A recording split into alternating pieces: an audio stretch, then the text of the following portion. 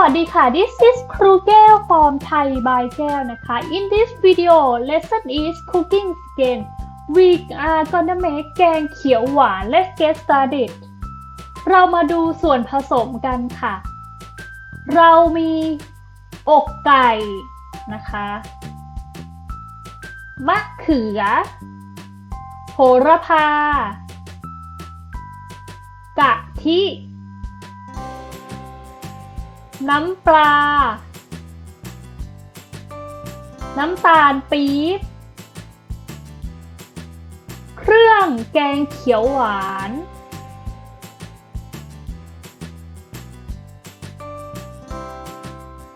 เกลือและผงปรุงรสเตรียมส่วนผสมโดยล้างมะเขือก่อนนะคะตามด้วยอกไก่หั่นอกไก่เป็นชิ้นค่ะ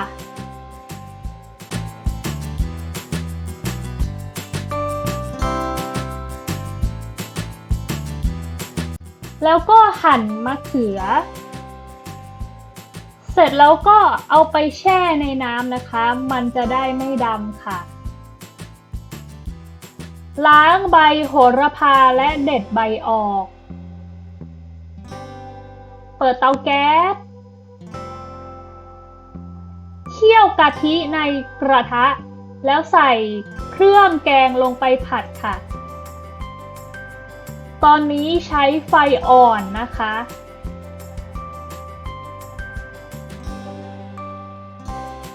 ใส่น้ำตาลปี๊บลงไปผัดค่ะ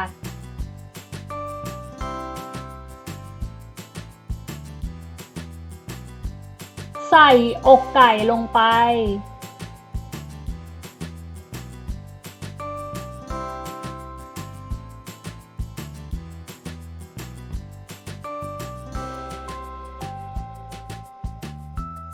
ใส่กะทิให้หมดเลยค่ะ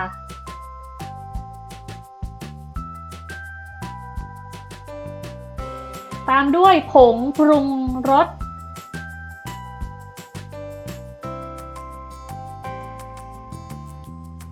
แล้วก็ใส่มะเขือค่ะ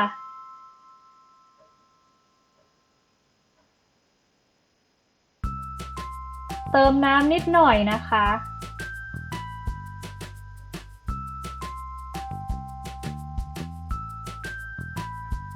ปรุงรสด้วยน้ำปลาค่ะ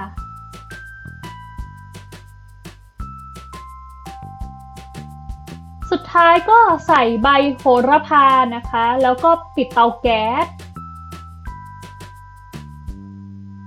แค่นี้ก็เสร็จเรียบร้อยแล้วค่ะ